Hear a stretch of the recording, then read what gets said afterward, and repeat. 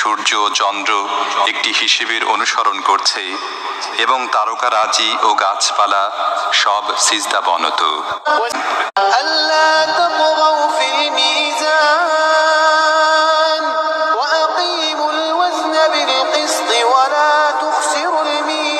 সৃষ্টি করো না, ইনসাফের সাথে সঠিকভাবে ওজন করো।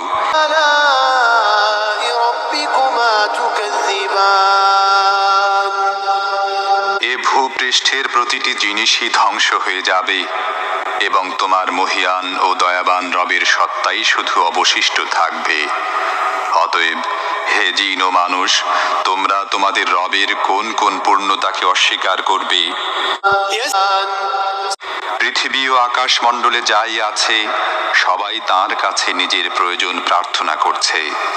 প্রতি মুহূর্তে তিনি নতুন নতুন কর্মকাণ্ডে ব্যস্ত। অতএব হে জিন ও মানুষ, তোমরা তোমাদের রবের কোন কোন মহৎ গুণাবলী অস্বীকার করবে? ও হে পৃথিবীর দুই বোঝা, তোমাদের জিজ্ঞাসাবাদের জন্য আমি অতি শীঘ্রই তোমাদের প্রতি একাগ্রভাবে মনোনিবেশ করব। তারপরে দেখব তোমরা তোমাদের রবের কোন কোন অনুগ্রহকে অস্বীকার করো।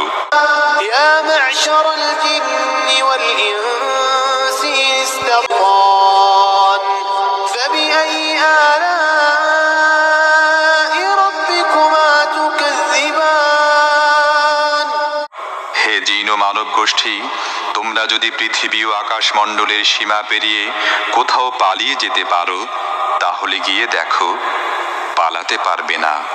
এজন্য বলো, তাহলে তোমাদের প্রতি আগুনের শিখা এবং ধোঁয়া ছেড়ে দেওয়া হবে, তোমরা যার মোকাবেলা করতে পারবে না। অতএব হে জিন ও মানুষ, তোমরা তোমাদের রবের কোন কোন ক্ষমতাকে অস্বীকার করবে? চৌচির হয়ে যাবে এবং লাল চামড়ার মতো লোহিত বর্ণ ধারণ করবে।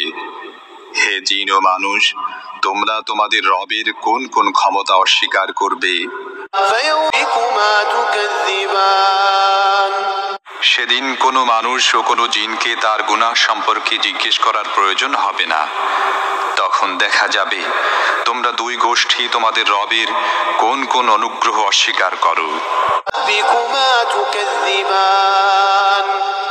সেখানে চেহারা দেখেই অপরাধীকে চেনা যাবে এবং তাদেরকে মাথার সম্মুখ ভাগের চুল ও পা ধরে হিচড়ে টেনে নেওয়া হবে।